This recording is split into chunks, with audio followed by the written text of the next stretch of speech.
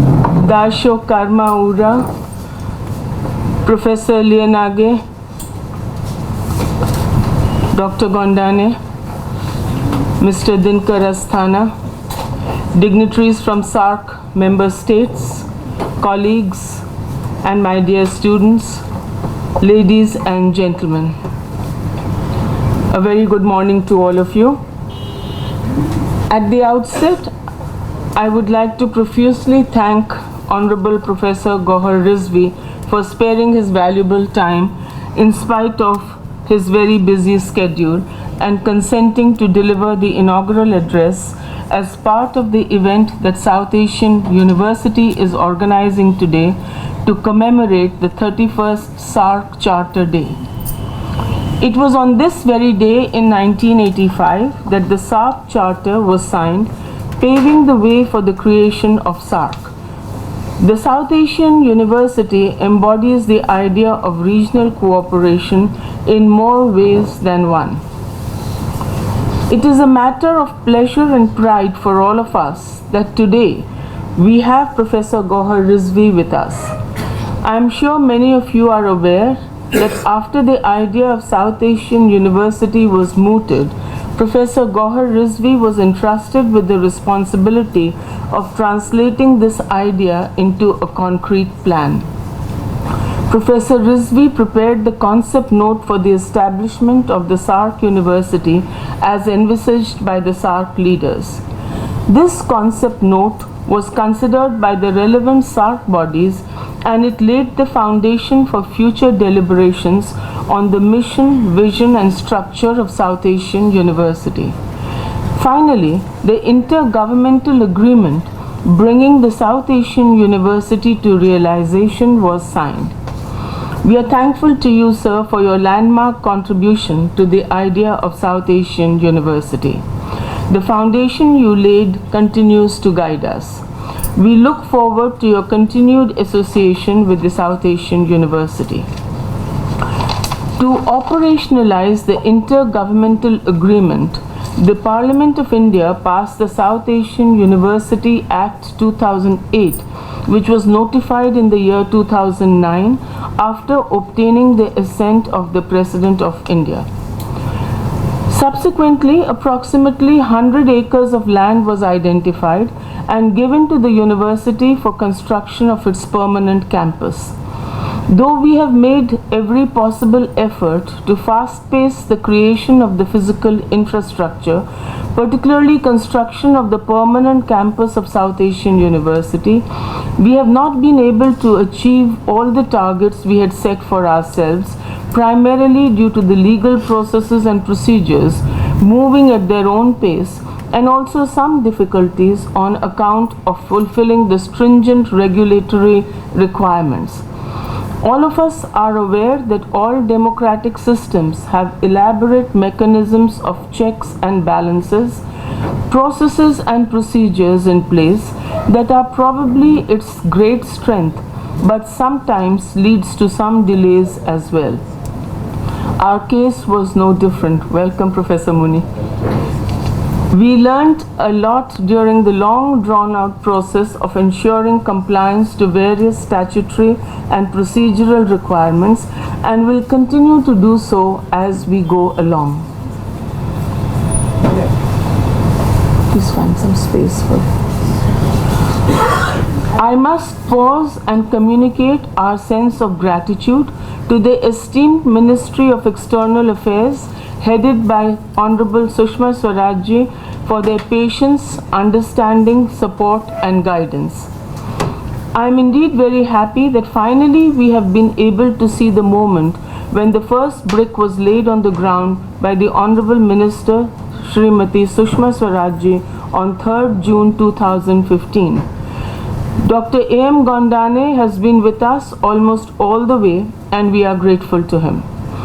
We have now been joined by the Chief Liaison Officer, Mr. Thanglura Darlong from the Ministry of External Affairs, and his presence has been extremely helpful. Tender for the first 5 buildings at our permanent campus at Maidan Garhi have been floated recently. We are doing everything to ensure the speedy execution of the project. I hope in February we will be able to start construction. Now let me briefly talk about our efforts to widen cooperation with institutions of higher learning and research in SAARC region.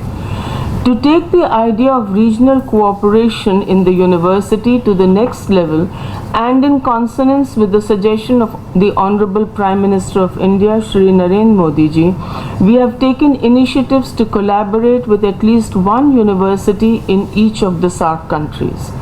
We have formalized the MOUs with Kabul University, Afghanistan, University of Dhaka, Bangladesh, Royal University of Bhutan, the Maldives National University, Tribhuvan University, and ComSat's Institute of Information Technology, Pakistan. Signing of MOU with the University of Colombo is in process. Today's event, the second such organized by our university, provides us an opportunity to enhance engagement with the stakeholders in South Asia. We are keen to widen the participation of educational institutions, civil society, policy makers, and all the stakeholders in our mission to enhance South Asian consciousness among our students and faculty through collaboration, particularly in the areas of higher education and research. As many of you are aware, we have been continuing with the distinguished lecture series that we had started around a year ago. We are very grateful that the Honorable High Commissioners and Ambassadors from Bangladesh, Bhutan, Afghanistan and Pakistan, apart from other eminent experts, have spoken on wide-ranging issues under the distinguished lecture series. Engagement of diplomats and foreign policy experts in establishment and development of a university first of its kind, I am sure, will go a long way in widening participation of people from all walks of life in the university's mission. While talking about the university's achievements, it gives me immense pleasure and satisfaction to share that our students who have passed out from South Asian University are doing well in their career, and many of them continue to keep in touch with us.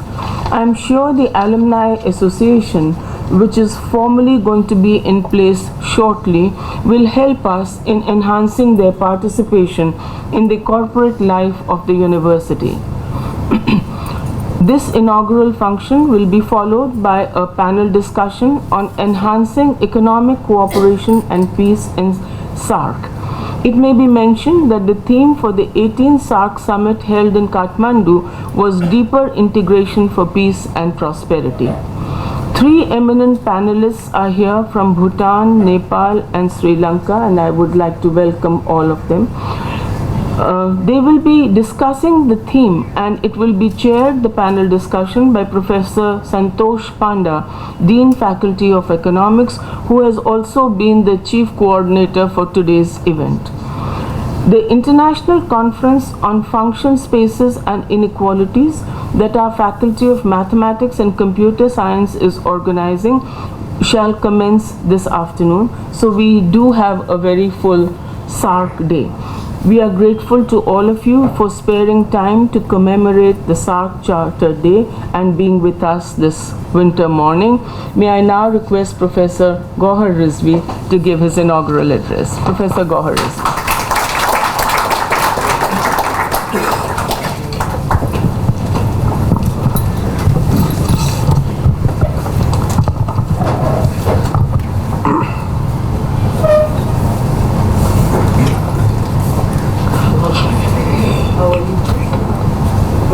Thank you. President Kavita Sharma,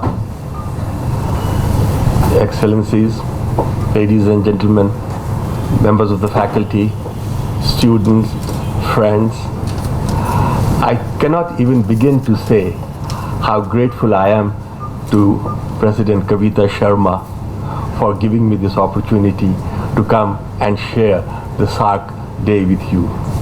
Thank you, Kavita. Thank you for all your hospitality. Before I say a few words, I also want to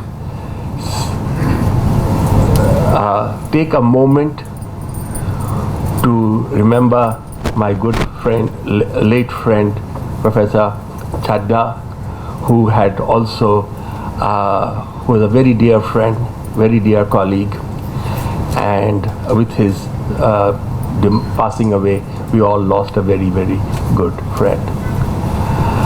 But what has truly made me so happy today, and also last evening, talking to President Sharma, was the extraordinary progress that the university has made under your leadership.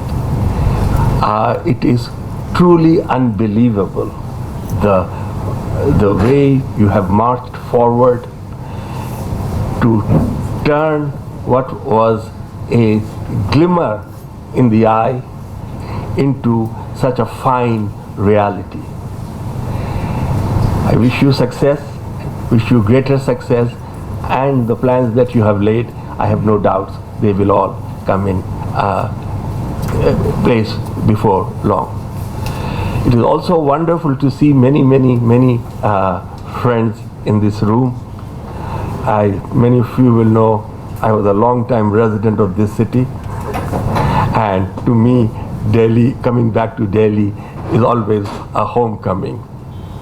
And today, I will just single out one friend of mine whom I call him a friend, although he's a teacher. He will not acknowledge being my teacher, but what little I learnt about South Asia, I learnt at his feet, Professor S.D. Mooney. He has been a wonderful friend and one of the finest South Asia scholar that we have been blessed with. So Mooney Bhai, I'm so happy that you took time to come. Thank you. President Sharma asked me to say a few words about the spirit of the university and then comment on the prospects and the progress of SAARC. It would be no exaggeration to say that South Asia University is not an ordinary university. It is a very, very different and unique university. It is born out of a spirit. It is an embodiment of what we call the consciousness of the South Asian community. And unless we realize that spirit of South Asia community, the true significance of this university will not be understood. It is difficult to define the spirit,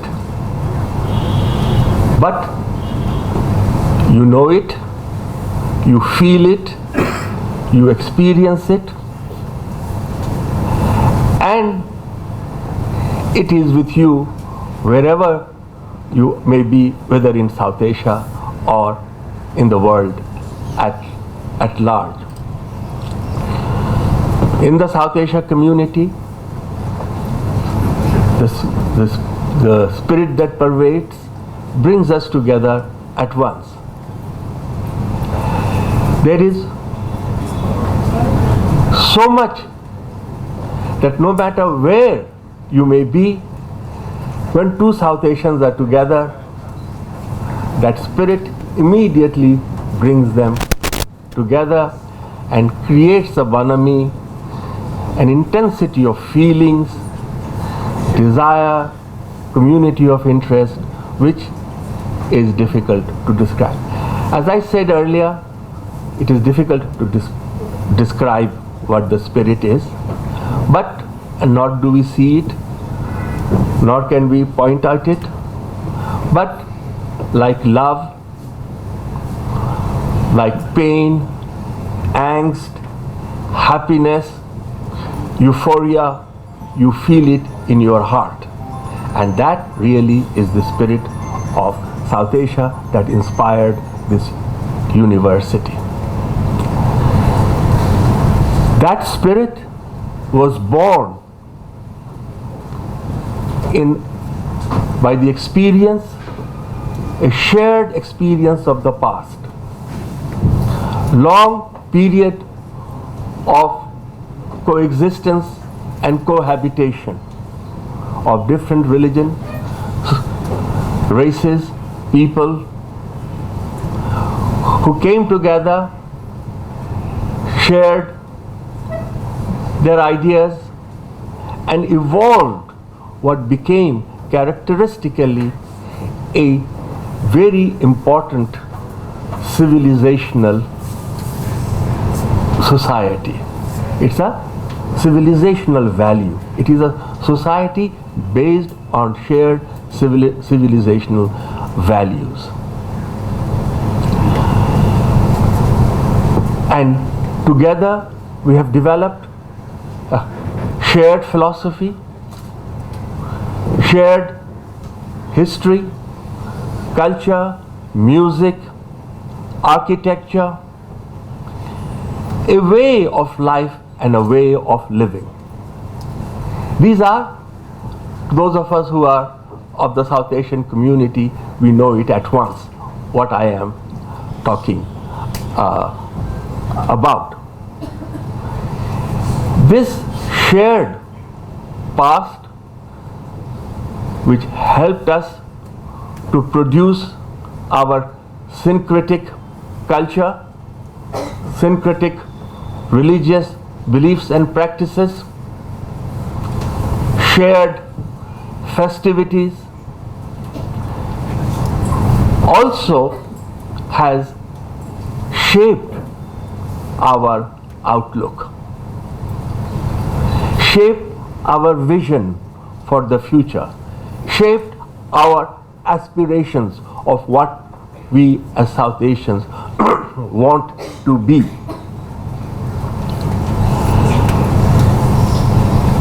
This spirit has, all of us have imbibed in us, and we have shared values of democracy, of plurality, of liberty, of secularism, and it has enabled us to form the community that we once were and we again want to be. I will have more to say about that in a moment, but I want to emphasize this. We are also united and informed by a shared concern of the present. None of us, notwithstanding enormous individual achievements of South Asian countries, of South Asian individuals, there is much that has not happened that should have happened. We are sadly still the core area of global poverty. More than half the world's poor and destitute are in South Asia. The large majority of the world's illiterate are in South Asia. We are still embroiled in difficulties which are largely creation of our own. And that brings our South Asian consciousness, our community together, that we need to deal with these problems together, and that, while negative, gives us the impetus to have a common vision for the future. Today, when this university was brought in place to create the South Asian citizens of the future, These will be, they will be at home in their own country. They will be at home in South Asia, and they will be at home globally. They will be able to move seamlessly from one society to another, to work in multicultural environment, to see themselves citizens of their country, of their region, of the world, with the shared pride and determination to make sure that South Asia community regains its predominant position that it once enjoyed. The university was conceived to help to expedite the sense of South Asian consciousness. The idea, of course, the university will provide first-class education. Unless a university is able to provide first-class education, the university will not be worth its name. So that I take it for granted that South Asia University will be a world-class university, provide world-class instruction, and produce students who will not only be competitive and outstanding in their own countries and societies, but who will be able to compete globally and who will be able to outmatch any of their rivals from around the world. That education, we take it for granted, this university will. But there was also an instrumentality behind the idea of South Asia University. This was that young people, the future leaders of South Asia, will come together, live together, learn from each other, get to know each other, become lifelong friends, and in many cases, lifelong partners. And when they return home, they will continue to keep in touch with each other and look at the problems not only from their country perspective, but also from that of South Asia. And it is to them we will look forward to leading South Asia in the generations to come. If that can happen, if that will happen, and there is no doubt, there is no reason why it should not happen. We have already seen under the inspiring leadership of President Kavita Sharma how much has already happened in this brief period. We can all be confident that South Asia of tomorrow will be a better place than South Asia of today. There is also a very compelling reason behind this vision of the university. The compelling necessity was, we wanted the students, the alumni of this university to carry with them when they go away certain unique core values and beliefs. The core values of democracy. We all know, even though different countries of South Asia are struggling in different levels, but we all have a shared aspiration for democratic society. And they will carry from this university a firm belief in the spirit of democracy. This spirit was also edified here in the knowledge that this university will be open to all meritorious students, irrespective of their economic and social background. It was argued that they may enter this university unequal, because different countries have different standards of education. But it was promised that when they graduate, they will be equal. They will be equally qualified, they will have acquired knowledge equally, and they will be able to perform equally. In other words, they would be given a unique chance in life so that they can become a citizen that we hope they will be.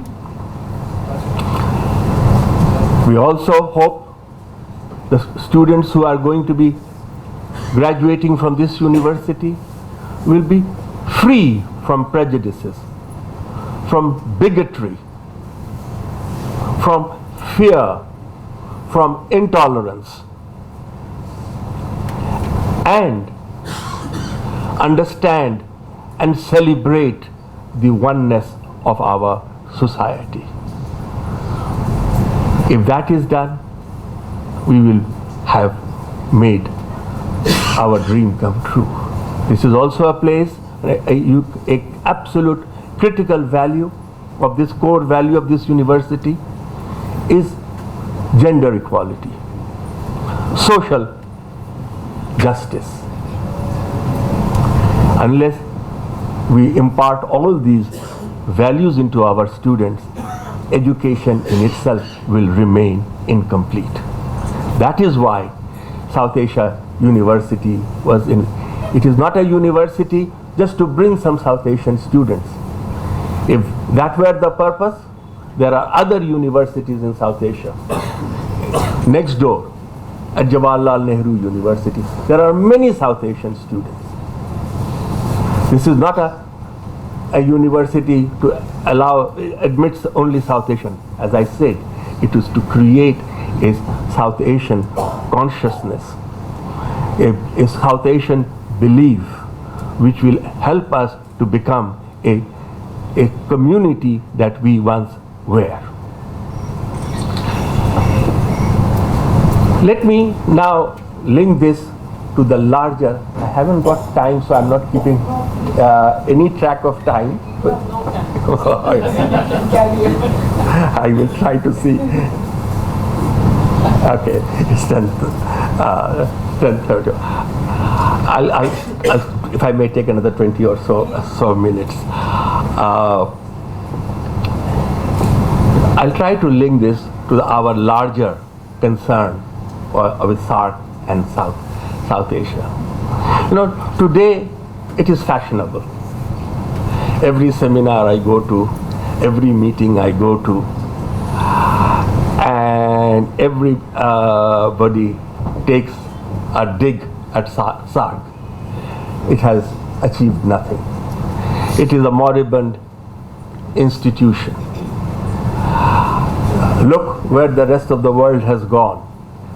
How far behind we are lagging. You know, in all these things there may be some truth. Some truth is there. But I think we should restrain our criticism of SAARC. The failings of SAARC are not the making of SAARC itself. SAARC cannot be held responsible if it has not achieved many of its goals. SAARC is an intergovernmental organization. SAARC is what its member states will allow it to be. So unless the member states allow it to go forward, there is no way SAARC can go. That is why our South Asian consciousness, our sense of South Asia community needs also to inspire our national leaders so that they can help to reshape SAARC. Not only give it a structure. Today, SAARC is a body with a structure. It has not been given the spirit. The spirit is given when people of South Asia become an integral part and focus of SAARC. SAARC is organized around the universal rules that dominate all international organizations, sovereign equality, national interests. We must all look after our own turf. That cannot be the value or the organizing principle of SAARC. SAARC is an organization of a community. And in the community, one looks after the other. It is not always reciprocal. It is not one always equals one. Arithmetic is not the game by which SAARC can thrive or survive. It is an association where like-minded people with a shared ethos, shared aspiration come together and help each other solve their problems. Unless we move away from this formal structure and imbibe into SAARC the spirit of community, then I fear SAARC will be what it is. Having said that, let us not underestimate the achievements of SAARC either. They have done untiring work in addressing many different issues, harmonizing law, bringing people together, addressing issues that can be addressed on a regional basis alone. And in countless ways, SAARC has now provided us a forum in which we can talk and deal with it. So our criticism must not take away their just and proud achievement. When we criticize, when we express frustration, it is because we have greater hopes. It is because we have greater expectations from this organization. And as I said, if we can imbibe SAARC with the spirit of South Asia University, of a community, then we are the SAARC will be a very different institution than it is today. That said, there are also certain compelling circumstances, compelling reasons which makes it impossible for us to act without SAARC. Today, the greatest global challenge for South Asia is poverty. Poverty will never be eliminated unless we come to work together. Today, regional cooperation lies at the core of elimination of poverty. We have a choice of working together and removing poverty, or carrying on the shame of being the most poor and backward region in the world. Second, most of the problems confronting South Asia today are transnational problems, transnational issues. These issues cannot be solved by national governments within their national territory. Terrorism, narcotic and drug trade, public health, environment, water, energy, power, these are not to be resolved nationally. These require transnational efforts, and that these can only be done. Whether you are a big power like India or a smaller state, we all will need to work together, because it is through our complementarity that we will augment each other's ability to deal with these problems. So given the transnational nature of the problems, given the fact that poverty lies at the core of all the issues, we have no option but to cooperate.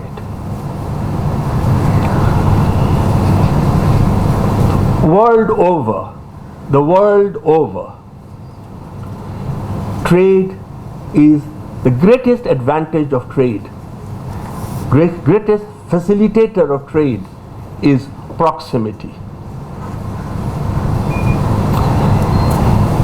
We are the only region in the world who chose to ignore proximity and trade with distant land. Buy coal from China when coal is available in West Bengal. In East Pakistan, we used to bring coal from China. We have not taken advantage of this proximity. The savings in transportation of goods and services, we have not even begun to take advantage. Instead of taking advantage of our proximity, we have in the past put barriers to proximity. We used to have an integrated transport network. We are probably the only people in the world who went out of our way to disrupt the integrated transport network. Happily, good sense has prevailed. We are now reconnecting, rebuilding, and hopefully, as we remove other barriers, take advantage of proximity, trade will flourish in our region. We look to European markets and North American markets and compete amongst ourselves. We undersell each other. We try to destroy each other's market. Forget that in South Asia, we have probably one of the largest market in the world. And in the years to come, it will be larger than the North American market. It will be larger than European market. So there is the compulsion of trade, the excitement of proximity, the vision of a South Asia free of poverty.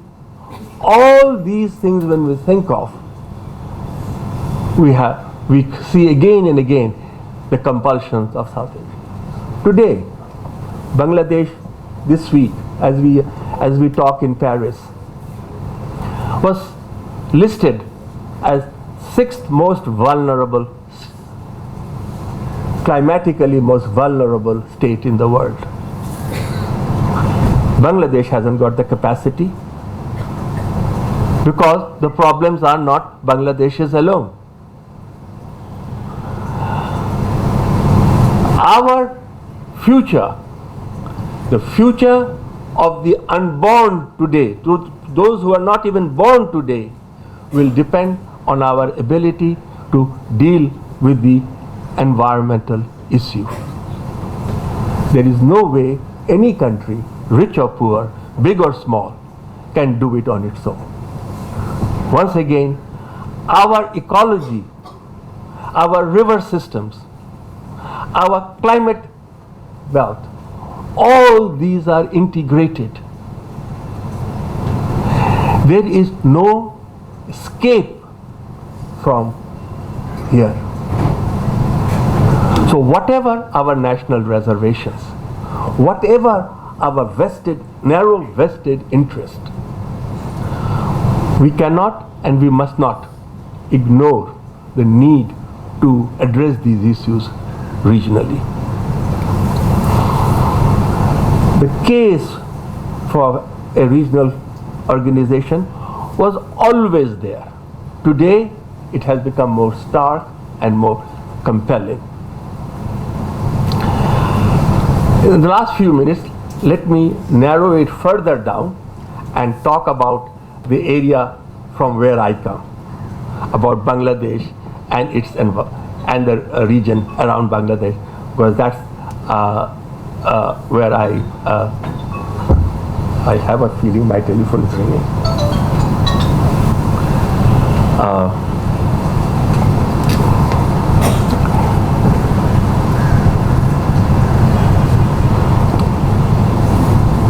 we learned from our experience that South Asia has enormous amount of commonality, and I have already in the last 5 minutes been laboring on the compelling reasons as to why we need to work together. But we have to also acknowledge South Asia is vast, it is diverse, it is complex. All South Asians will not be ready or willing to march at the same speed. We will now have to reconceptualize SAARC and give it much more flexibility. One should not hold back everybody, nor should those who are willing to move forward should be held back.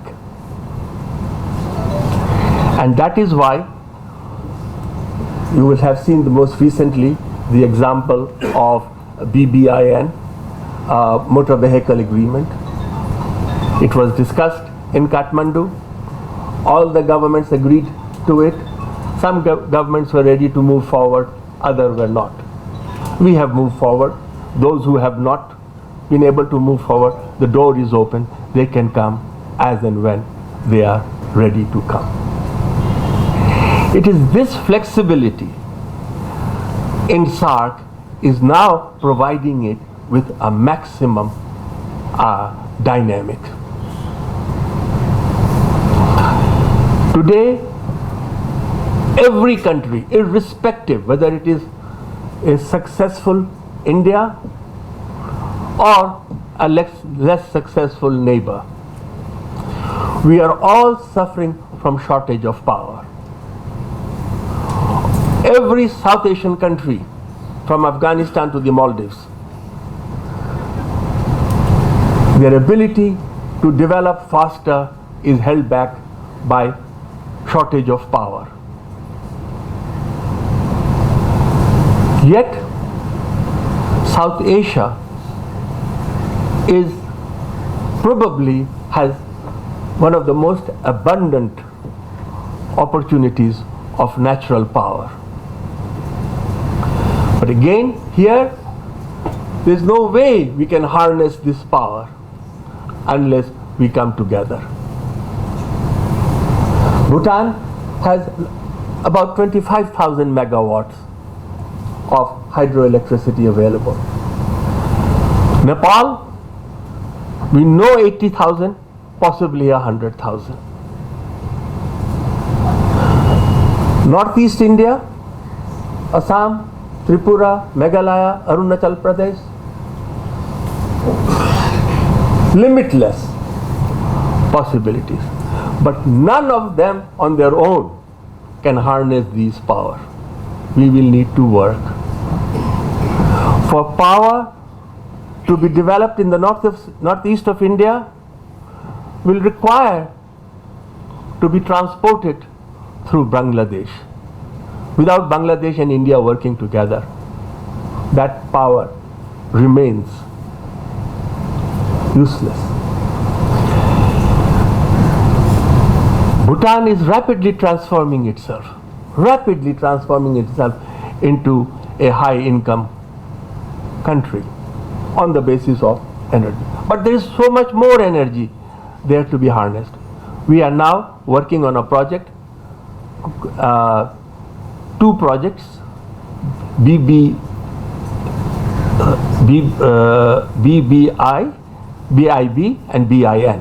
Bangladesh, Bhutan in India, Bangladesh, India and Nepal, where we are jointly developing power projects. We have agreed, the prime ministers and heads of governments have agreed that they will now set up joint ventures to develop power in each other's country. India has offered Bangladesh equity share in the power projects that they are developing in the northeast India. We have agreed to create a corridor for the evacuation of the power for India. Likewise, our secretaries have recently met both in Nepal and in Bhutan to work out and identify these projects. Once this is done, a country that was a power deficit will now be power surplus, and it will be able to sell power beyond the region. There is a power shortage in India, there is power surplus in India. Now Bangladesh has linked its grid with India. We are already buying power from India. This was government to government. Now we are buying it from the Indian power market. A South Asia power market is developing, where each of us will be able to buy when we need, sell when we can. Given our slight time differences, given our differences in environmental conditions and seasonal changes, the demand for power in different parts of South Asia are different. That again opens up opportunity for, and once we have reached this, we will be able to add 2 to 3% minimum to our annual growth rate. This is phenomenal. This is the only way we are going to get rid of poverty in South Asia. The other great resource which is scarce is water. It took many years for India and Pakistan to solve agree to the Indus water basin. Once agreed, it is working beautifully. It took many years for us to reach the Ganges water. It is now functioning. But our visionary prime ministers have come together and have said there are too many rivers to be dealt individually.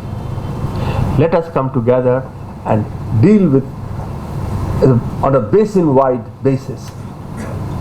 Once that is done, one of the most scarce commodity of the 21st century, water, we will be able to harness it better, we will be able to use it better, we will be able to save it better, and we will be able to protect the desertification that is already beginning to happen.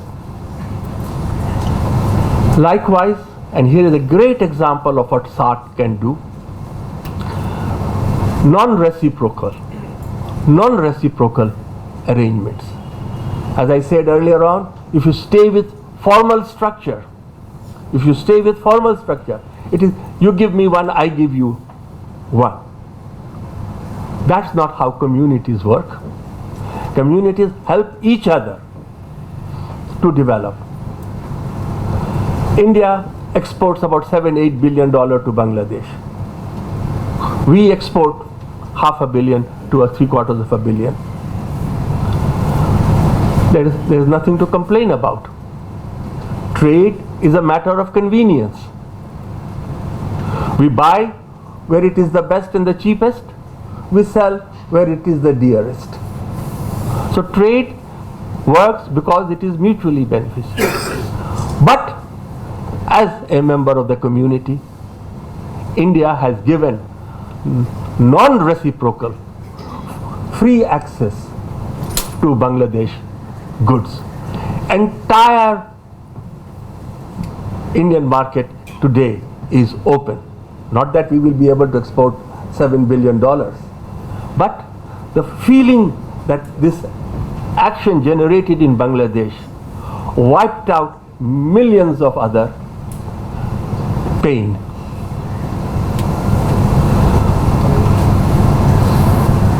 Now we are working on harmonizing of the trade laws, removing non-tariff barriers, creating more land custom ports so that goods can flow freely and cost can be cut down. In the process, India will benefit, we will benefit. We have a mutuality of interest. We have comparative advantages. Bangladesh is labor surplus. Indians, all are welcome. Indians have come now in a big number to South Asia to produce goods for the Indian market. So there we are combining our resources, creating employment in Bangladesh and satisfying the demand for goods in India. That's how community works. This is the sort of structure that we want our communities, when I talk about the community consciousness. When we discuss and debate with our issues, we do not negotiate in a community. We put down our problems on the table. We say, this is our problem. How do we solve? And we solve it jointly, not through negotiation, through joint effort. That's what a community is about. So I'm going back to my point that different parts of South Asia will develop at its own speed. We in the northeast, Nepal, Bhutan, northeastern India and West Bengal and Bangladesh have realized our complementarities and our vulnerabilities. We are working. We have linked our communications to each other. Bangladesh is now becoming a hub of sub-regional connectivity.